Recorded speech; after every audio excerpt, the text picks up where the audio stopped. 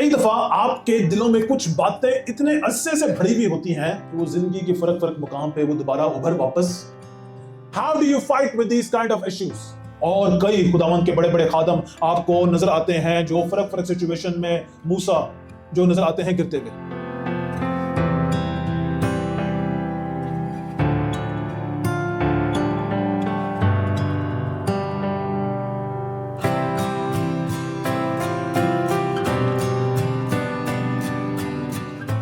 Amen, amen. We are living in a culture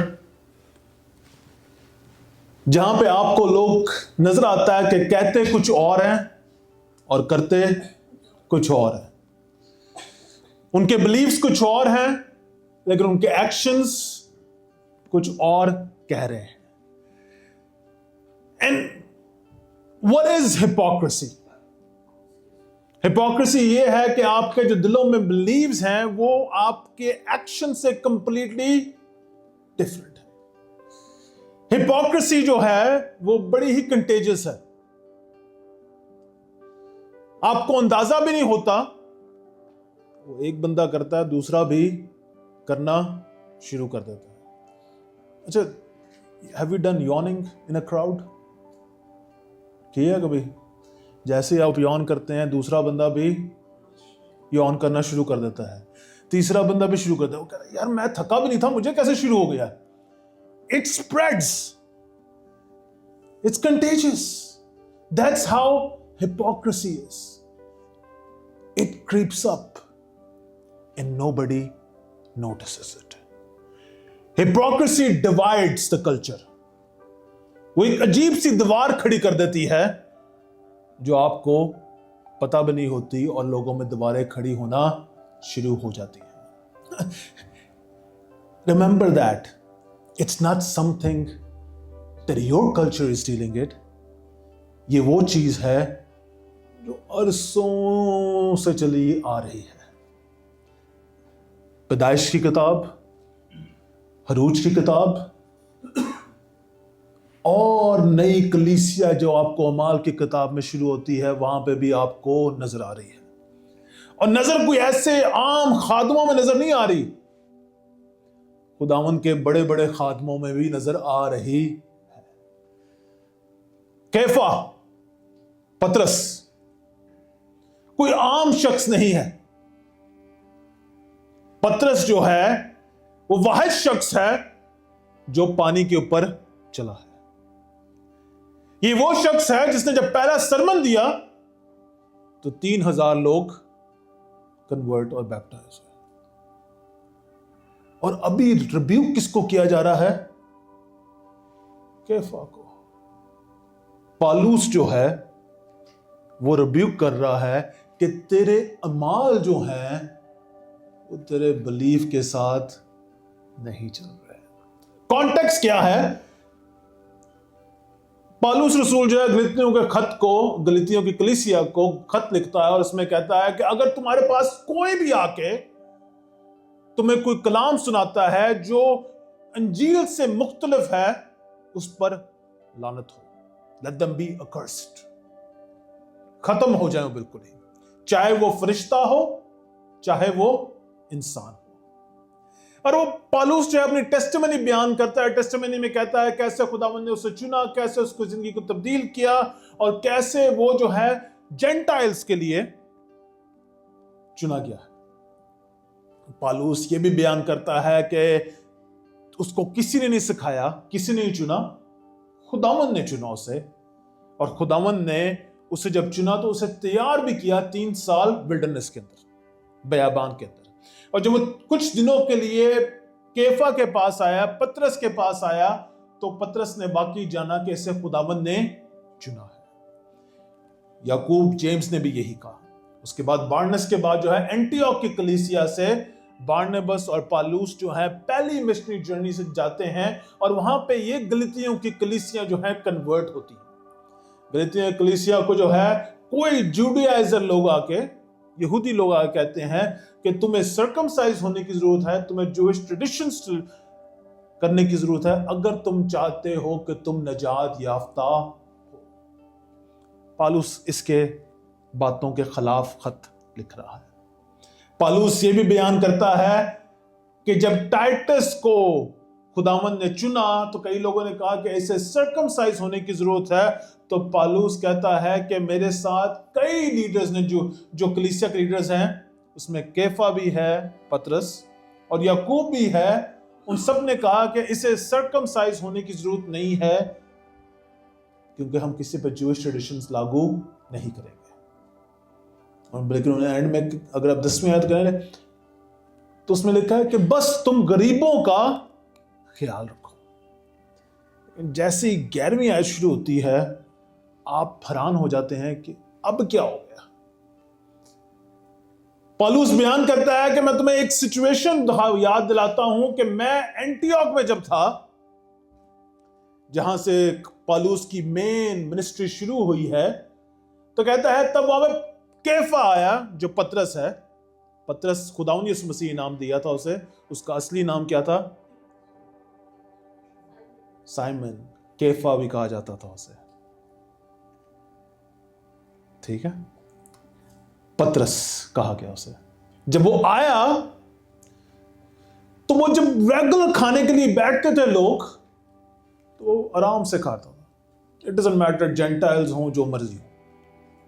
लेकिन एक delegation आई यरूशलेम की कलीसिया से, याकूब की तरफ से। जैसे ही वो आए जो कंजर्वेटिव थे काफी, पतरस जो है वो उस महफिल में से उठ के जूइश लोगों के साथ ही सिर्फ बैठना शुरू कर देता है।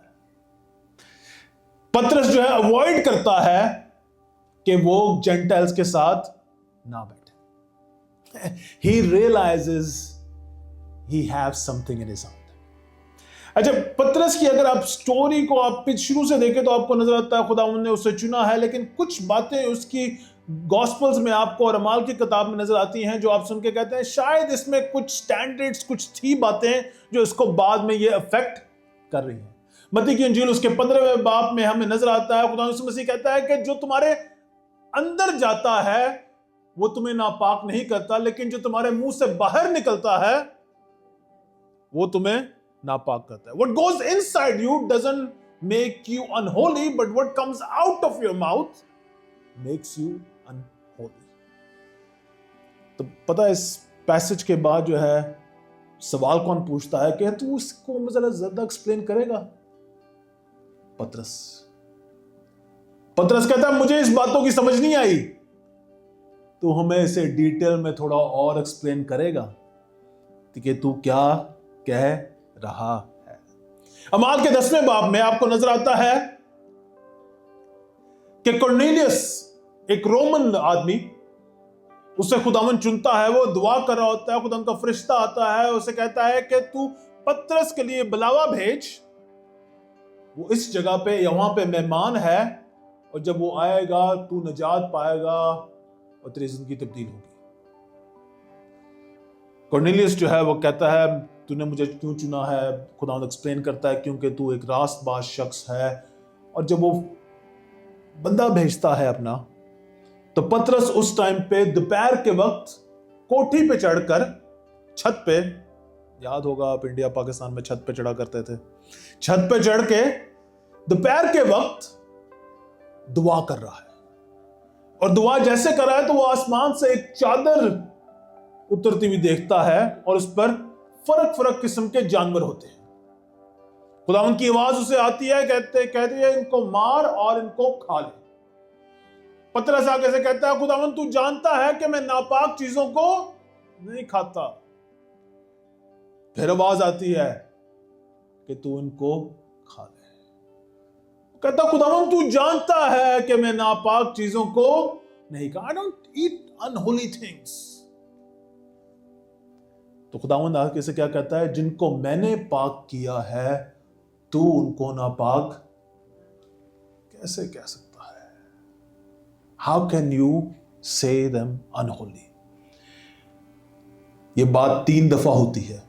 पालूस का 3 के नंबर के साथ वैसे ही कोई है। 3 दफा इनकार किया, 3 दफा खुदावंद यीशु मसीह सवाल किया, 3 दफा फिर अब वही सिचुएशन हो रही है पतरस के साथ। और पतरस जो है वो अब नीचे से आवाज आती है कि तेरे लिए बुलावा आया है, और पतरस सोचता है कि ये कैसे मुमकिन है, एक रोमन बंदा उसको कैसे खुदावंद चुन रहा है। लेकिन विजन उसके दिमाग में है।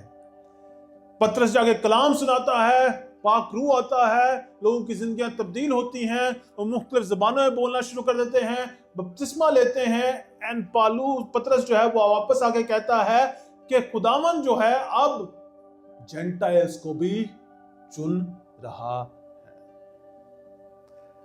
अब इस बात को काफी अरसा गुजर गया है।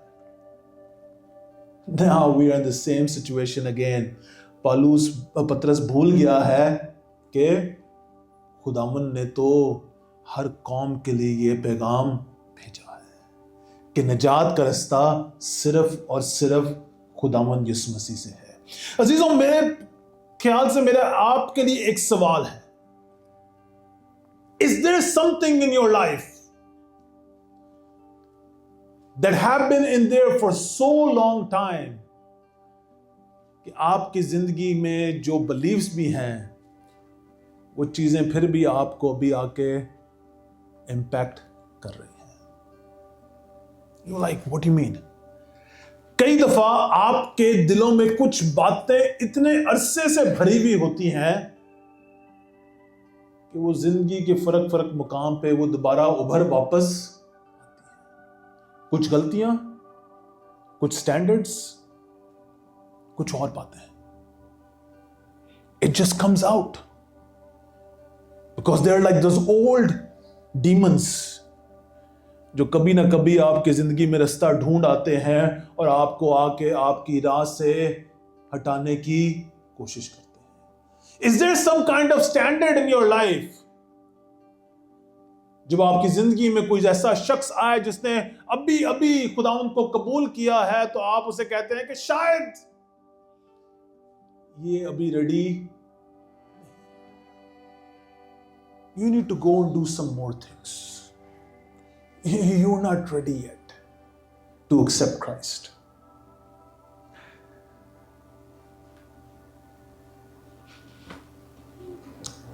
काफी अरसे पहले, माँ में स्टोरी पता नहीं क्यों आ रही, काफी अरसे पहले मैंने एक औरत को कहा कि तुझे चर्च आने की जरूरत है, तो वो आगे से मुझे कहती है मैं बहुत गुनहगार हूं, मैं अगर कलीसिया है तो कलीसिया की जो है ना छत गिर जाएगी।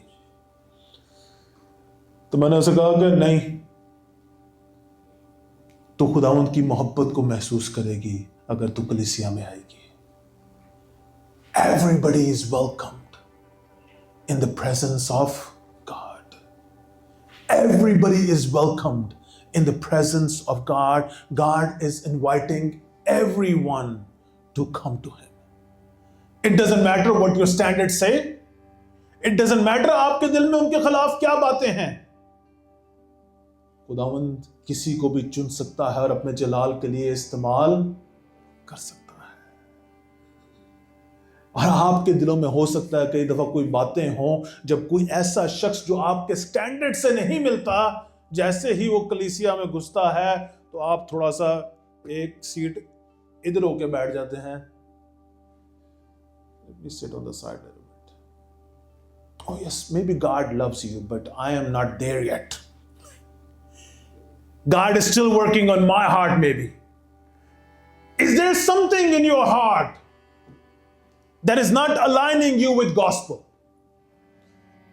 क्या कोई स्टैंडर्ड है आपकी जिंदगी में जो आपको खुदावंद के कलाम, खुदावंद की अंजील जो लोगों की जिंदगियों में काम कर रही है उससे आपको हिला रहा है?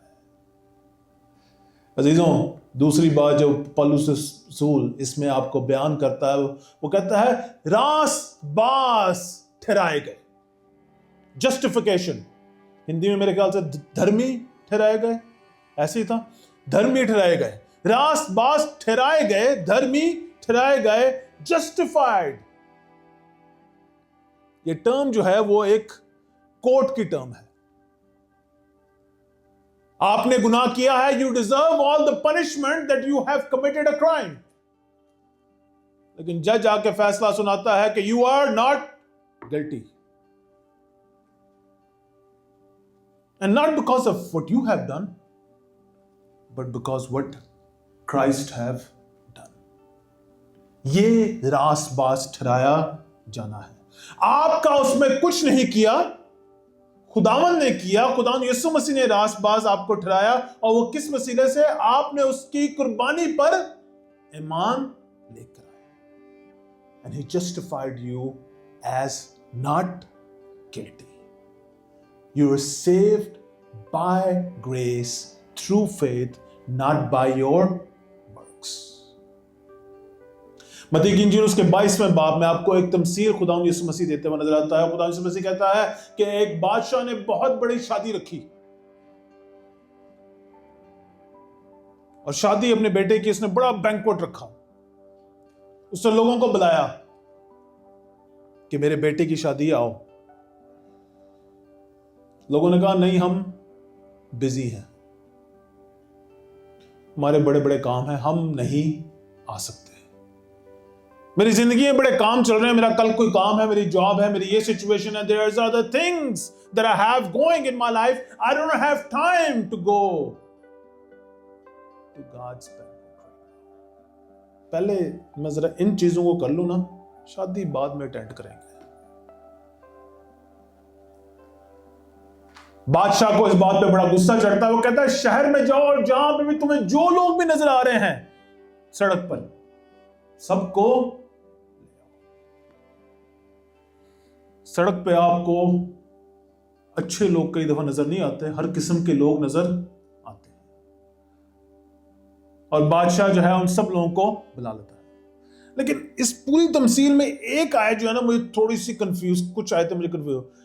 और जब बादशाह मेहमानों को देखने के लिए अंदर आया तो उसने वहां एक आदमी को देखा जो शादी के लिबास में ना था। एक आदमी ऐसा था जो लिबास उसको दिया गया था, उसने वो नहीं पहना, और उसने उससे कहा मियां तू शादी की पोशाक पहने बगैर यहां क्यों निकल आ गया? Why you came to a wedding without the clothes that I have given you? लेकिन उसका मुंह बंद हो गया। इस पर बादशाह ने खादमों से कहा इसके हाथ पांव बांध कर बाहर अंधेरे में डाल दो, वहां रोना और दांत पीसना होगा। कपड़े किसने दिए हैं? बादशाह ने दिए हैं। शादी पे कौन सा लिबास पहन के आना है? लेकिन आने वाला कहता है कि मैं तो नहीं पहनता, जो तूने मर्जी मुझे लिबास दिया हुआ है। रासबाजी का जो लिबास है वो आप सबको जिन्होंने खुदावंद यीशु मसीह को पूरे दिल से कबूल किया है, वो खुदावंद की तरफ से आपको रासबाजी का लिबास मिलता है। वो आपका अपना किया हुआ कुछ। That is grace. That's what justifies you. आप रास्तबाजी का लिबास खुदावंद यीशु मसीह के वसीले से पहनते हैं, अपने वसीले से नहीं पहनते, और आप उसकी बादशाहत में, उसके बैंक्वेट में, उसके शान शौकत में उस लिबास के बगैर दाखिल भी नहीं।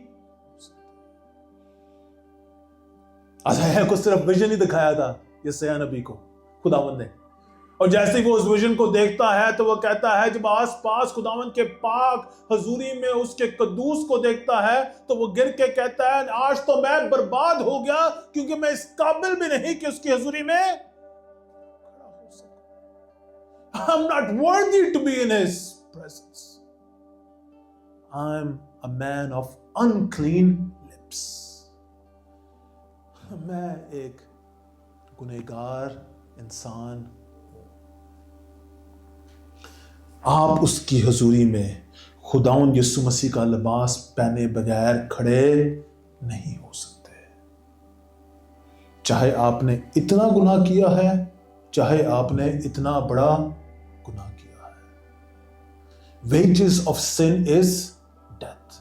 गुनाह की सजा मौत है, और हम सारे उस सजा के हकदार हैं।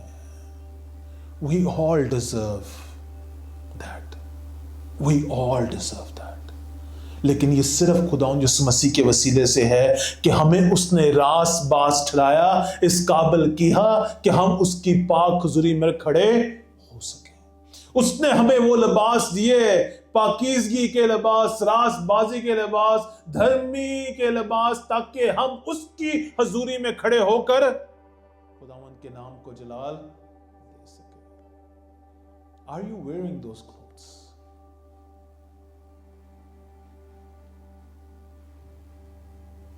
Or are you saying, I can still do on my own? Do you start your day with saying, I am justified by faith through Christ? और या आप कहते हैं, दिन शुरू हो गया मेरा, I can handle it. How does that affect you? I love a friend like Paul. हमारी जिंदगी में ऐसे दोस्त होने चाहिए जो आपको कंडेम करें कि तू गलत कर रहा है। अच्छा, पतरस नहीं खाली गया, पौलुस का एक बड़ा अच्छा दोस्त जो है वो भी पतरस के साथ हटके जेंटाइल से दूर होना शुरू हो गया। कौन था वो? बरनबास। बरनबास तो इनकरेजर है, उसका नाम बरनबास नहीं है। उसको इतना वो इनकरेजर है कि उसका नाम रख दिया गया है कि ये बरनबास है। वो तो एक होता ना जो आपके दोस्त जो है, आप कुछ भी कहो, यार तू कर सकता है,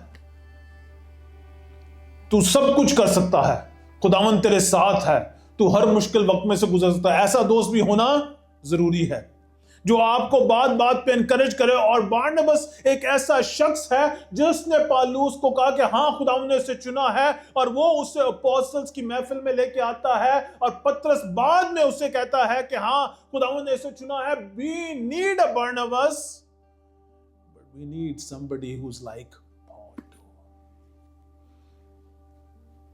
जो आपकी जिंदगी में आए और कहे तू यहां पे गलत, you are doing wrong. And so maybe in our culture, कोई गलत कर रहा होता है ना, हम उसके मुंह पे नहीं कहते, ना उसे जाके समझाते हैं। हम पता है करते हैं, घर आके वही बात को डिस्कस करते हैं। फिर हम कहते हैं हम गॉसिप नहीं कर रहे, वैसे ही दुआ कर रहे हैं, बात कर रहे हैं।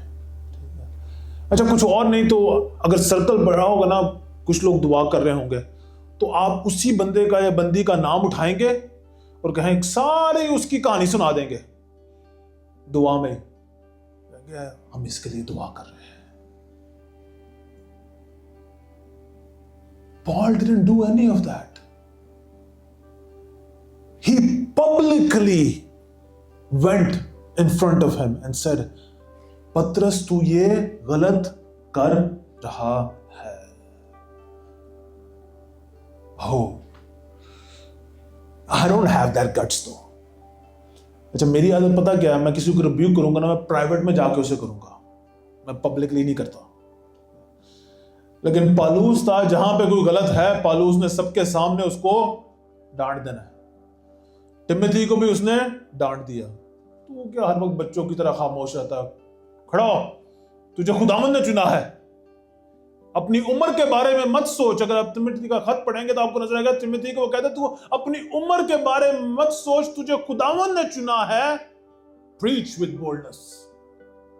आपको गलतियों का खत में नजर आता है कि वो पहले ही कुछ आयतों में कहता है कि मैं ताज्जुब करता हूं कि तुम कैसे इस फॉल्स गॉस्पेल में चले गए।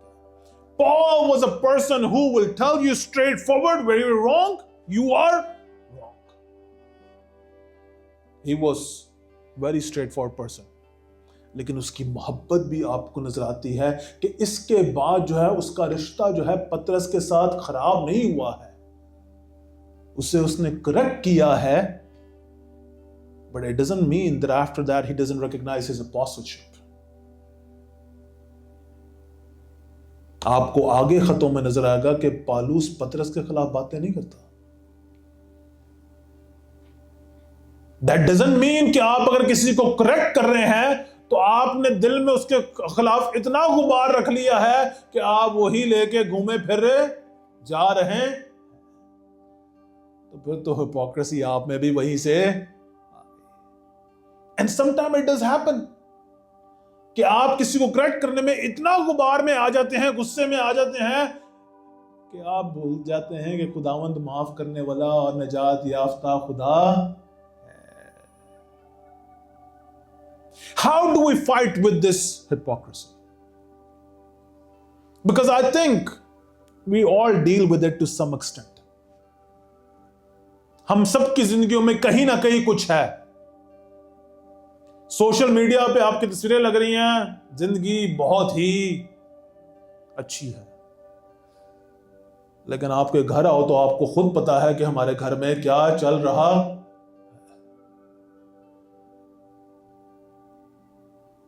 और कई चीजों में, रिलेशनशिप्स में there could be hypocrisy. There could be hypocrisy in all different areas of your life. आप काम पे कहते हो टीम वर्क इज एवरीथिंग, लेकिन आप सबसे अलग बैठे हुए होते हो. खुदावंद निजात याफ्ता है, सब कुछ करने में कादर है, लेकिन आपका दिल जो है वो इस बात पे यकीन नहीं. How do you fight with these kind of issues that creeps up on you and you don't even notice it? क्योंकि इमोशंस जो है ना वो आपको अपनी जगह से बड़ी जल्दी ही हिलाते हैं. First of all, I'll tell you, keep your gaze on Christ. अपना ध्यान जो है सिर्फ खुदावंद यीशु मसीह पर रखें. Look ahead. Do not look around. और पतरस को तो इस बात सबका पता होना चाहिए. खुदावंद अगर तू है तो कह दे तो मैं पानी पर चल पड़ूं. खुदावंद यीशु मसीह जो है वो तूफान में आता है अपने शागिर्दों के पास, और तूफान में जब जैसी शागिर्द जो हैं वो देखते हैं यीशु मसीह को तो वो घबरा जाते हैं कि ये कोई बदरू है, खुदावंद यीशु मसीह नहीं है. पतरस सबसे पहले हाथ खड़ा करता है और कहता है अगर खुदावंद यीशु मसीह तू है तो तू कहे तो मैं पानी पर चल पड़ूं. और खुदावंद यीशु मसीह कहता है आजा. जैसे ही पानी पर चलना शुरू करता है, जहां तक उसकी नजर खुदावंद यीशु मसीह पर है, ही इज फाइन. लेकिन जैसे ही नजर इधर उधर गई है, नीचे जाना शुरू.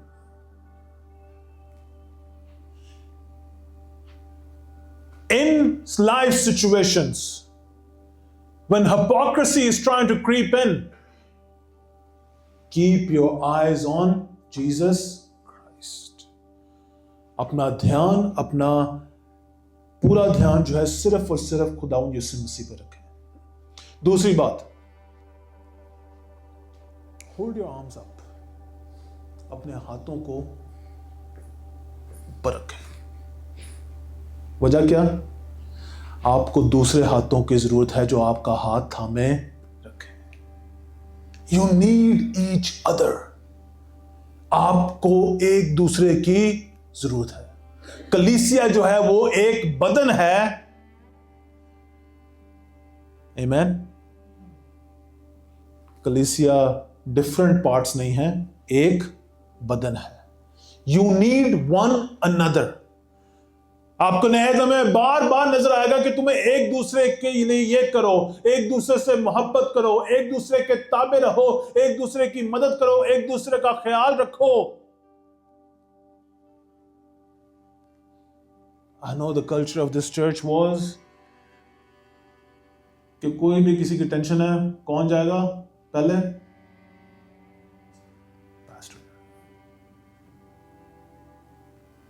You know where we see the church building up? जब पादरी से पहले कलीसिया के लोग पहुंचे हुए हों, एक दूसरे का हाथ थामे हुए हों, किसी को गिरते हुए देखें उसको उठाएं और कहें तुझे यहां पर खड़े होने की जरूरत है, तुझे ये करने की जरूरत है। हमें बारनबस की जरूरत है, हमें पालूस जैसे लोगों की जरूरत है, हमें टिमोथी जैसे लोगों की जरूरत है जो एक दूसरे के साथ खड़े हों, खुदावंद के नाम को जलाल दें और कहें कि तू अपना ध्यान जो है सिर्फ खुदावंद यीशु मसीह पर। और अजीजों, तीसरी बात जो हमारे लिए जरूरी है, ट्रस्ट इन गॉड। रासबास गिरता है, एक दफा नहीं गिरता, कई दफा गिरता है, लेकिन खुदावंद यीशु मसीह अपने लोगों को खड़ा कर देता है। पालूस भी गिरा, पतरस भी गिरा। इन्होंने कई कई जगहों पे कुछ ऐसी बातें की जो कलाम के मुताबिक शायद नहीं थी और गुस्से में आके कर दिया, इमोशनल होके कर दी, लेकिन खुदावंद ने इनको दोबारा बहाल। Trust in God. If you have fallen, trust in God. If something have creeped up on you और खुदावंद ने आपको दिखाया है कि आपसे ये गलती हुई है या आपसे ये गुनाह हुआ है, खुदावंद पर भरोसा करें, वो आपको दोबारा बहाल, वो आपको दोबारा बहाल करेगा। जिम सिम्बला, पैस्टर जिम सिम्बला, ब्रुकलिन टैबरनैकल, ईस्टर की सर्विस हुई। ब्रुकलिन टैबरनैकल में बहुत रश होता है कि बैठने की भी जगह नहीं होती न्यूयॉर्क में। उनकी वेडनेसडे नाइट प्रेयर सर्विस बहुत भरी हुई होती है, तो ईस्टर की सर्विस में ढेरों दुनिया, दुआ हो रही है। जिम सिम्बला टायर्ड था, एक के बाद एक सर्विस हुई थी। जिम सिम्बला ऊपर इस तरह स्टेज लगा हुआ, वहां पे बैठ गया, तो एक दूर से एक भिखारी नजर आया। कहता वो दूर से ही खड़ा हुआ था तो मुझे उसके पास से स्मेल आ रही थी अल्कोहल की और बदबू आ रही थी। जिम सिम्बला कहता मैं इतना थका था, मेरा सब कुछ और करने का दिल नहीं चाह रहा था। मैंने जेब से पैसे निकाले, उसे कहा ये ले। वो आगे से कहता है कि मुझे पैसों की जरूरत नहीं है, मुझे उस यीशु मसीह की जरूरत है जिसकी तुम परस्तिश कर रहे हो।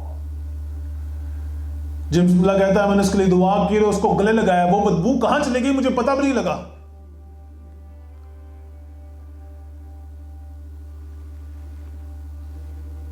खुदावंद ने उसकी जिंदगी को छुआ, वो सारी बदबू जो उसके कामों की थी वो चली गई। उसके बाद वही बंदा जो सड़क पे सोता था, उसकी जिंदगी इतनी तब्दील होगी कि वो ब्रुकलिन टैबरनैकल चर्च में एल्डर है और उसकी शादी कुछ अरसे बाद जिम सिम्बला ने ही पढ़ी। That is grace. ये खुदावंद का फजल है। खुदावंद अपने लोगों को चुनता है, उनको उसकी हुजूरी में लेके आता है, but do you need to be prepared for people coming who might not be according to your standards, who might be different than you, लेकिन उनको खुदावंद की मोहब्बत की जरूरत है।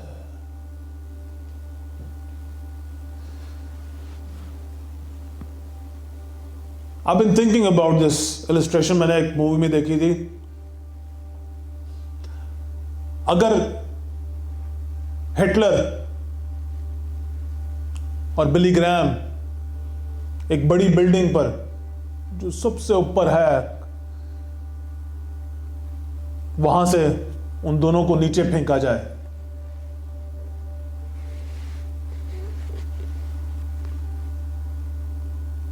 तो लॉ ऑफ ग्रेविटी के हिसाब से कौन नीचे नहीं गिरेगा? तो नीचे गिरेंगे। ऐसे ही है, अनलेस के खुदावंद इंटरवीन करे। और खुदावंद किसके लिए इंटरवीन करेगा? जो उसको आवाज देगा उसी के लिए। द रियलिटी इज दिस कि कोई भी जो गुनाह में पड़ता है उसकी सजा एक ही है, और वो क्या है? मौत। जब आप खुदावंद को आवाज देते हैं, by grace of Christ, for what Jesus have done, He pulls you out और आपको दोबारा खड़ा कर देता है. Do you understand that truly? Do you truly believe in this gospel? क्या आपकी जिंदगी अलाइन हो रही है इस गॉस्पल के साथ?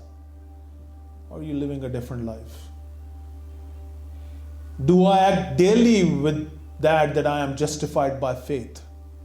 क्या मैं अपनी जिंदगी का हर एक लम्हा ऐसे गुजारता हूं कि नहीं? I know. जब हम दूसरे को देखते हैं ना तो हमें हिपोक्रेसी बहुत अच्छे तरीके से नजर आती है सब में. ऐसे ही है, वो ये गलत कर रहा है, वो ये गलत कर रहा है. Have you looked in yourself?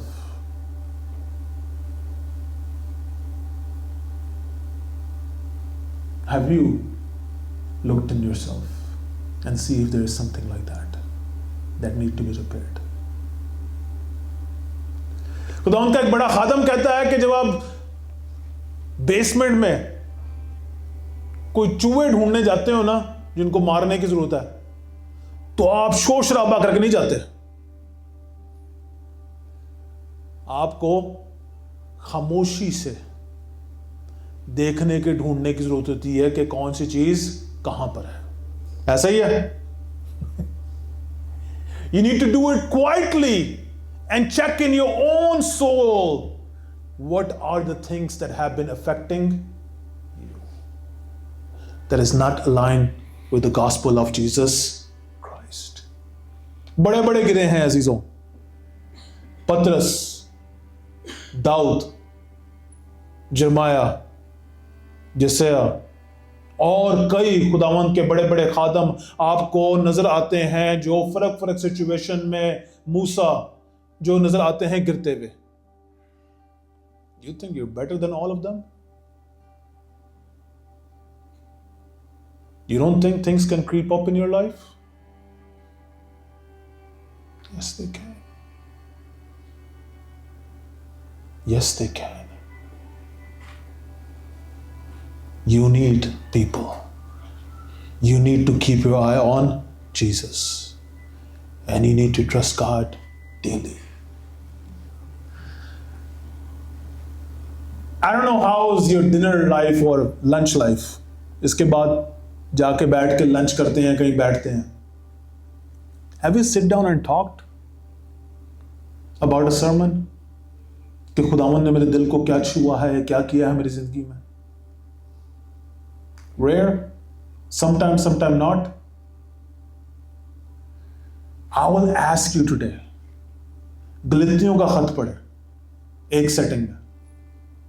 6 chapters है, आधे घंटे में खत्म हो जाना चाहिए.